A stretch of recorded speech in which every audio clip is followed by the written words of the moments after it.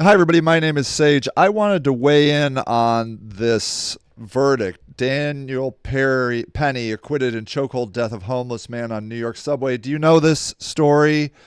So Daniel Perry, ex-Marine, puts a unarmed homeless man in a chokehold and he dies. This is the video footage. So the story is that the homeless man, Jordan Neely, gets on this train and starts saying some crazy shit, and Daniel Penny, talking about I'm ready to die, saying some really heavy stuff, and so this Daniel Penny puts him in a chokehold and for quite a time, and then the homeless man dies. So Jordan Neely dies, and it turns out he's a Michael Jackson impersonator and that sort of thing. And there's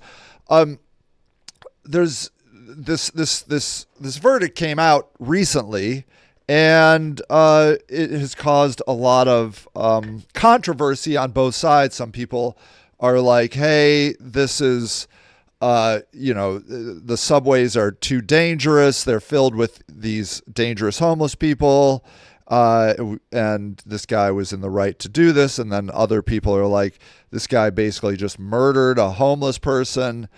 An unarmed homeless person. And the reason I wanted to weigh in on this is because I have a fair amount of experience with murderous homeless people.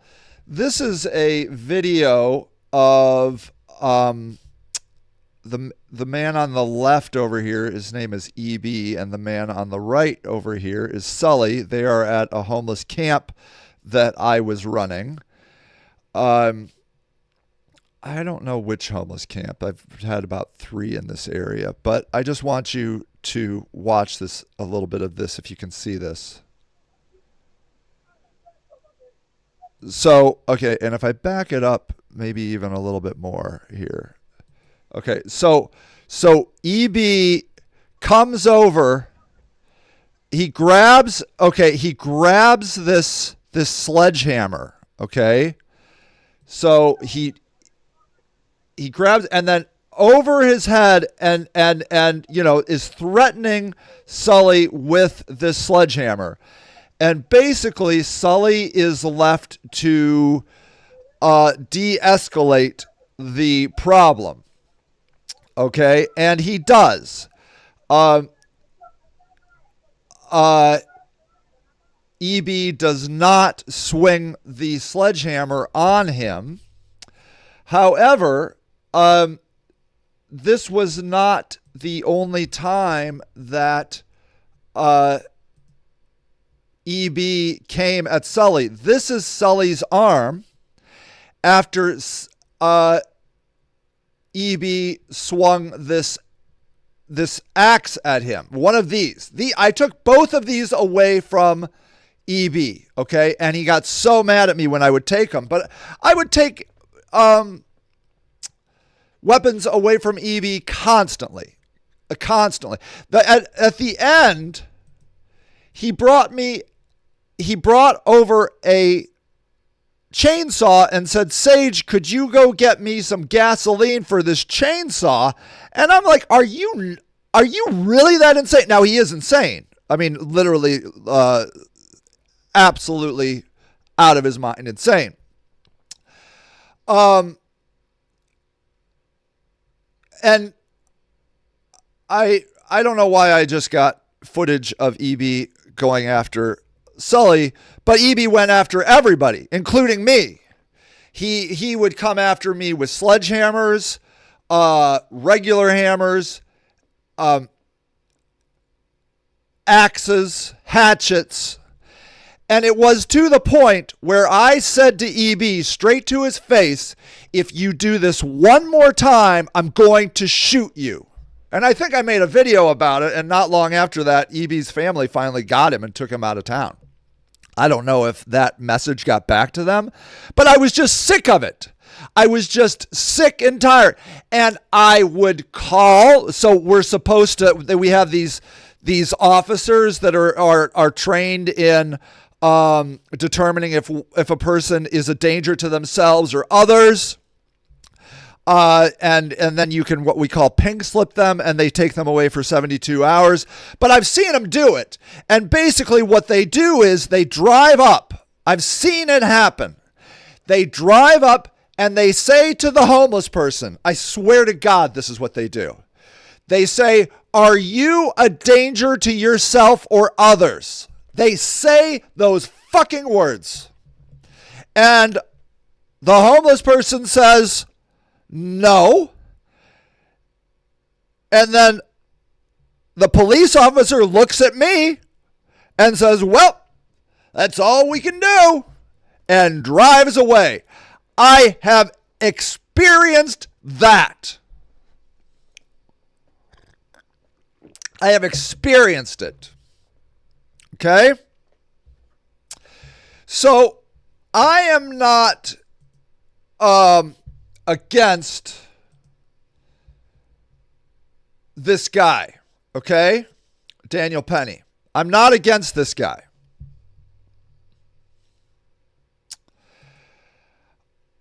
I have personally been on a subway platform in Manhattan where there is a homeless person completely out of their mind, yelling and pacing, and it's the homeless person, it's me and my family, and it's the well where the train comes. Okay?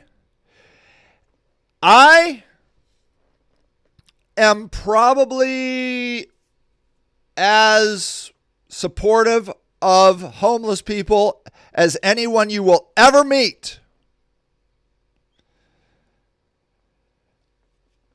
The most important things in my life are my wife, my son, and my homeless population of friends. Okay? There is nothing, after my wife and son, there is nothing more important in my life than my homeless friends. Okay? But that doesn't mean they aren't sometimes wildly dangerous. Wildly dangerous. And I wasn't going to talk about this until I saw this post from Elon Musk. So Elon wrote, in most cases, the word homeless is a lie. It's usually a propaganda word for violent drug addicts with severe mental illness. And that was a response to this post. The San Francisco Chronicle covered what happens when you just give the homeless housing. They live in squalor. They fight and kill each other. They die of drug overdoses. They get evicted for failure to follow basic rules. They threaten and abuse staff. Now, those are things that can indeed happen, okay? But they are not the only thing that can happen. I don't believe we're going to do homeless people or society any service by lying about the situation on either side.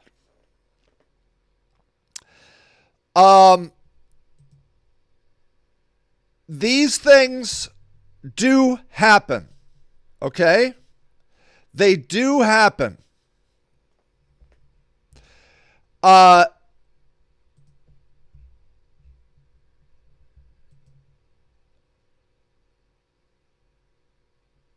But they are not the only thing that happen. And Elon is wrong that in most cases, the word homeless is a lie. Okay?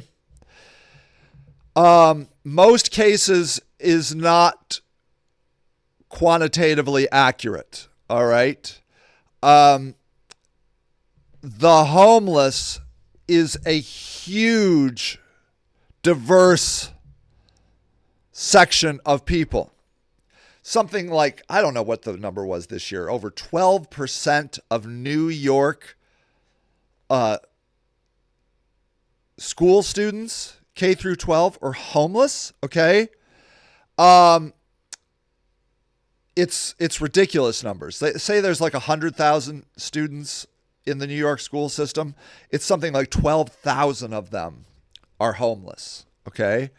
That they are not, most of them are not drug addicts with severe mental illness. Are some of them? Sure. Sure. But most, I would say, are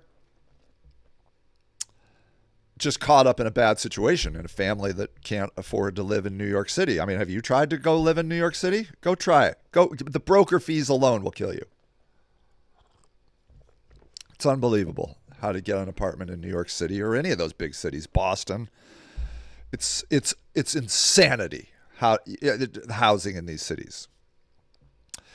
So I run into people like, you know, saying this, that like what Elon, most cases, these people are violent drug addicts. That is not true. And I'm not being an apologist for those kinds of homeless people. Okay. Like EB, the guy that Daniel Perry killed, Jordan Neely, is a little bit of a gray area.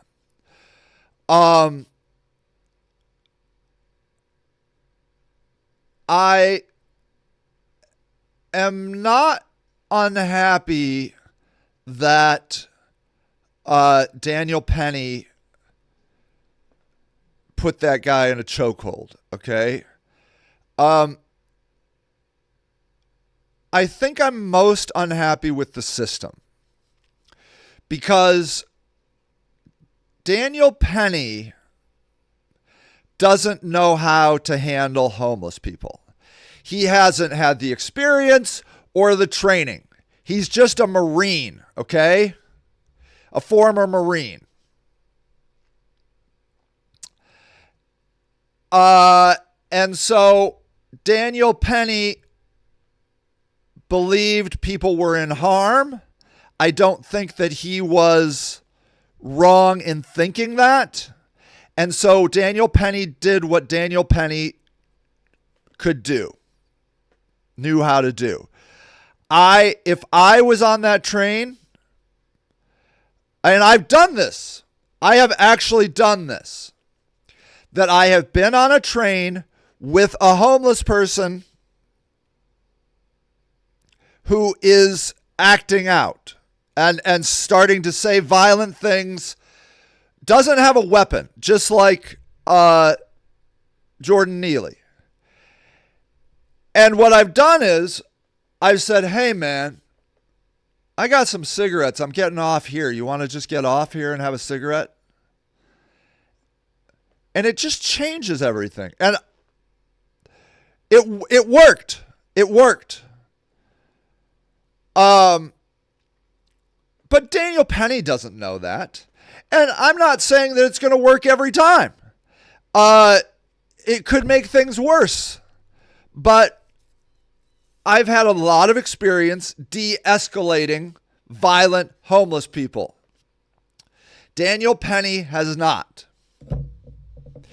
And so I believe it is unfair for us to ask Daniel Penny to know how to properly manage an out-of-control homeless person on an enclosed subway train.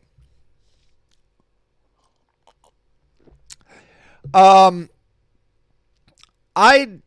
can't comment on whether or not Daniel Penny used too much force. I've watched the video. I don't know. I can't tell how much force he had on his throat. the whole time? I don't know. I just can't tell. I don't know. And I don't know that anybody knows except, honestly, Daniel Penny. And I don't even know, if it's even accurate in his mind at this point, probably. I don't hate that he went free. I don't hate it. Maybe he went a little overboard, but mostly he should not have been put in that system. I do not live in New York City, but when I go to New York City or I go to Boston, I go to any city and I go on one of these trains, more often than not, I run into a homeless person with extreme agitated mental illness. I can't imagine what it is like for these people that live in these cities that have to deal with this day in and day out. I have had to deal with seriously violent, mentally ill people day in and day out, and I'm here to tell you, you get sick of it. I was not joking when I said to EB, if you come after me one more time with one of these types of weapons, that I am going to shoot you because he did this to my friend. Okay? If that had been his neck, he probably would have been dead. All right? That's a pretty freaking deep cut. Okay? I believe that I'm a libertarian, basically. I'm a leftist libertarian. Live your life any way you want to live your life, as long as you aren't hurting me. When you start hurting me, or there's evidence that you're going to hurt me, or not even me, just other people, you need to be removed from the situation and assessed. I don't believe that your harm to yourself should be equal to that. I believe it's your life. If you want to kill yourself, kill yourself. I think that there should be resources. I think that the people should be there to help you see why you shouldn't kill yourself. Usually suicide is, as my father-in-law say, a long-term solution to a short-term problem. And so I therefore don't think that it is usually the right answer, but that's not on me. That's not on me. If you really feel strongly about killing yourself, I think you should be able to kill yourself. But you start swinging axes at me and my friends, and I can't get the police to get you out of there, you and I are going to have a fucking problem. Do you understand? I'm sick of it. I'm sick that this is what we all have to deal with because we shut down these mental health hospitals and we are forced to live with these fucking maniacs. It's insanity. And I'm not so mad at them. The anger that you're hearing from me right now isn't towards them. It's towards the system that does nothing for us while this happens. It's fucking, that is the true, cruel, violent insanity. That the system has yet again abandoned us. That's what the system has done. Abandon us. And the American system is just so deeply fucked. And, obviously the murder of Brian Thompson, that evil fucking asshole CEO of UnitedHealthcare, one of the most evil companies to maybe ever exist. That is representative of a system that has abandoned us. Leaving these violent, insane, psychopaths on the streets for us to deal with is abandonment by the system. I don't know how we've gotten to this point, but the system has abandoned us and gone overseas to fight other people's wars. This is all the same thing. Okay? This is all the same thing. These are not, oh, we just have a healthcare problem. Oh, we just have a mental health problem. No, we have a system that has just abandoned all of us. And for profit. And so this is, yeah. So then you get people like Daniel Perry and honestly, Luigi Mangione, who take matters into their own hands. The Daniel Penny thing and the Luigi Mangione thing are happening very similarly at the same time. And those are both people that got sick of it and did something about it. Now, Daniel Penny got off free. Mangione is going to, as long as if he gets convicted, which I don't know how he's not going to get convicted, but it's possible, I guess. He's going to at least spend the rest of his life in prison. And it's the same thing. It's the same thing. But we support these maniacal capitalist companies. And so Daniel Penny becomes a hero to some and an enemy of others. It's still getting divided. They love dividing us. So yeah, I wish Daniel Penny didn't have to have had that situation. But I don't hate Daniel Penny. That's my stance.